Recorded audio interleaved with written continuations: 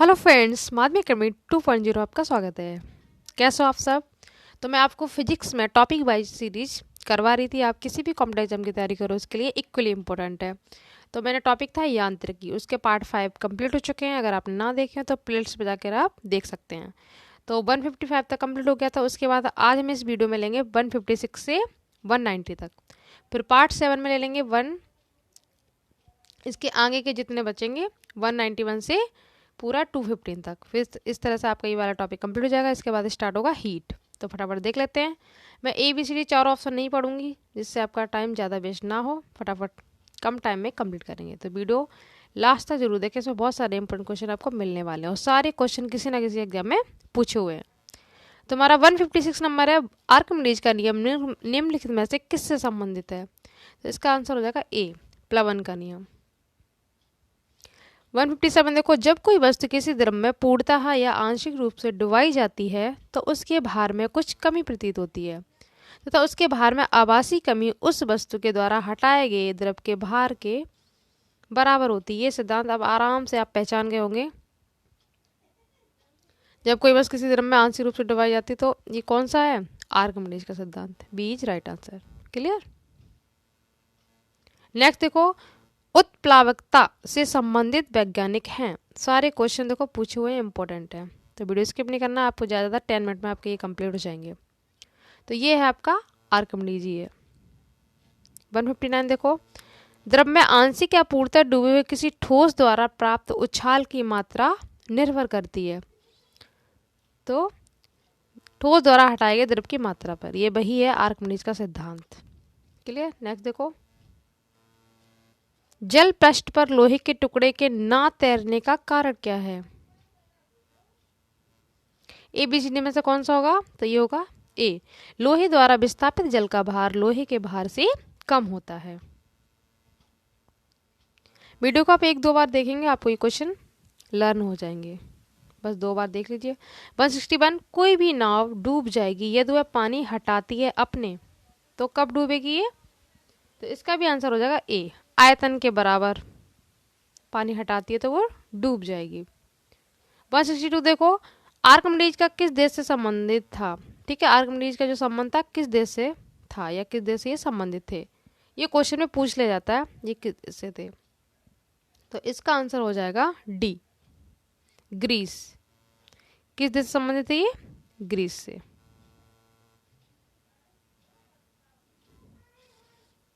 तो D answer आप इसका याद रखना। नेक्स्ट देखो, पानी की बूंदों का तैलीय पृष्ठों पर ना चिपकने का कारण क्या है? तो इसका आंसर हो जाएगा ए, आसंजक बल का अभाव। 164 नंबर है, तुल्यकारी उपग्रह घूमता है पृथ्वी के गिर्द। तो ये घूमता है पश्चिम से पूर्व। 165 नंबर देखो, पहिए में बॉल वियरिंग का कार्य क्या है? तो इसका आंसर हो जाएगा सी, स्थैतिक घर्षण को गतिज घर्षण में बदलना। 166 नंबर देखो, जेट इंजन और रॉकेट के बारे में निम्नलिखित कथन पर विचार कीजिए। तो आपको ऑप्शन में से बताना है कि फर्स्ट सही होगा या बी या सी या डी। तो इसका आंसर हो जाएगा सी, फर्स्ट और सेकंड दोनों। ठीक है, ये दोनों इसके राइट आंसर हैं। 167 नंबर देखो, पानी के एक ग्लास में एक बर्फ का टुकड़ा तैर रहा है। जब बर्फ पिघलती है तो पानी के स्तर पर क्या प्रभाव होगा? इसका आंसर तो आपको आता होगा, उतना ही रहेगा, कोई इसमें प्रभाव नहीं पड़ता है। क्लियर। 168 नंबर है, एक ऊंची इमारत से एक गेंद 9.8 मीटर पर सेकंड स्क्वायर के एक समान त्वरण के साथ गिराई जाती है तो 3 सेकंड के बाद उसका वेग क्या होगा? तो इसका आपको फॉर्मूला आना चाहिए। इस वेग बराबर क्या होता है? u प्रारंभिक वेग प्लस gt।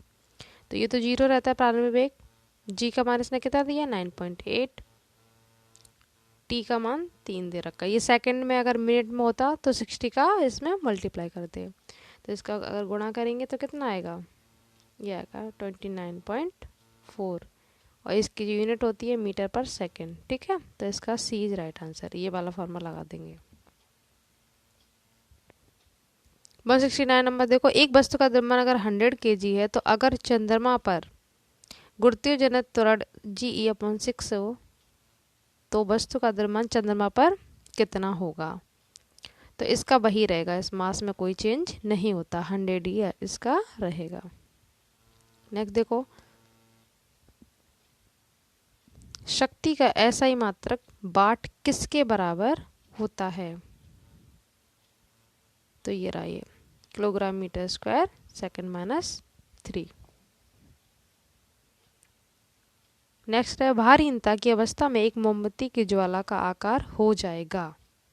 कैसा हो जाएगा, वही रहेगा, जो होता है सेम वही रहेगा। 172 देखो, एक इस नली में जल की अपेक्षा एक तरल अधिक ऊंचाई तक चढ़ जाता है, यानी चढ़ता है, इसका कारण क्या है।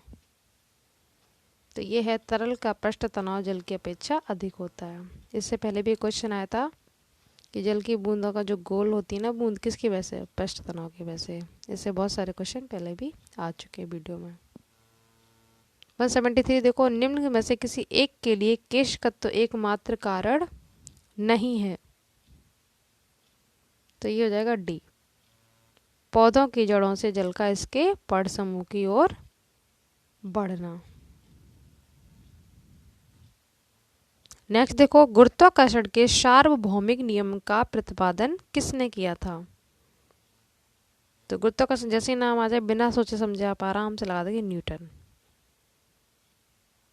ऊर्जा संरक्षण का आशय क्या होता है, सिंपल है, ऊर्जा को ना तो सृजन किया सकता है, मतलब ना ही उत्पन्न कर सकते हैं और ना ही उसको नष्ट किया सकता है, यह आइंस्टीन ने बताया था।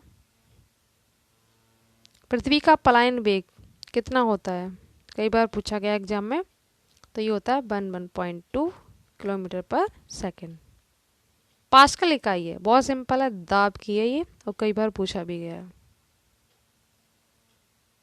178 देखो, 1 किलोग्राम पर सेंटीमीटर स्क्वायर दाब समतुल्य है, किसके बराबर है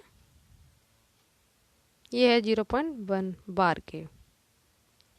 क्यूसेक से क्या मापा जाता है, तो ये जल का बहाव। किसी पिंड का भार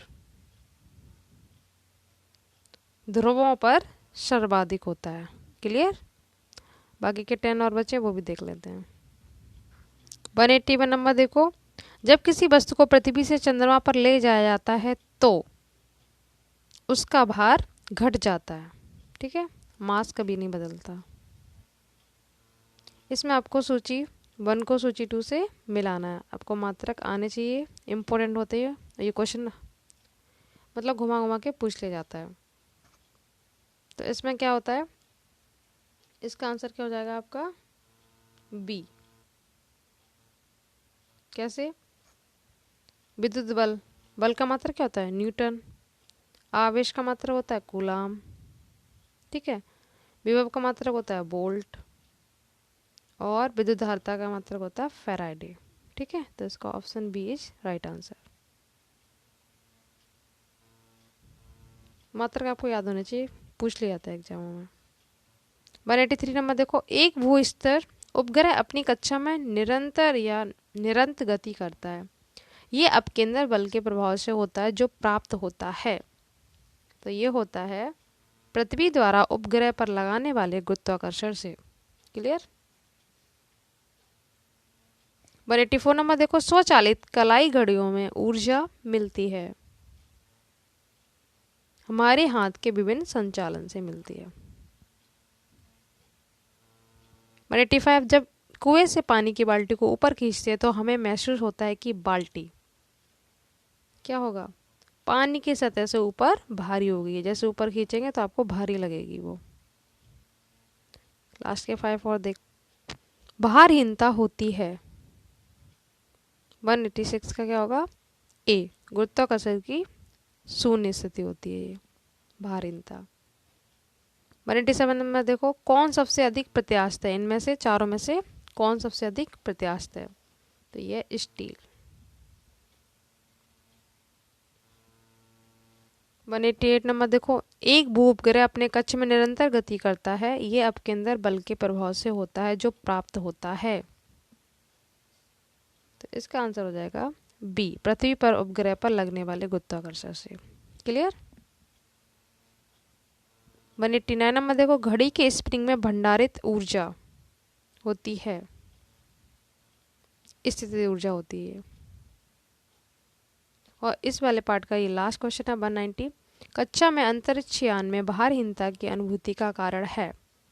तो ये है बी, कक्षा में त्वरण बाहरी गुरुत्वाकर्षण के कारण त्वरण के बराबर होता है। तो बाकी के जो क्वेश्चन बच रहे हैं 215 तक ले लेंगे हम पार्ट 7 में। इस तरह से हमारा ये टॉपिक कंप्लीट हो जाएगा। उसके बाद नेक्स्ट करेंगे हम ऊष्मा, उससे रिलेटेड सारे क्वेश्चन।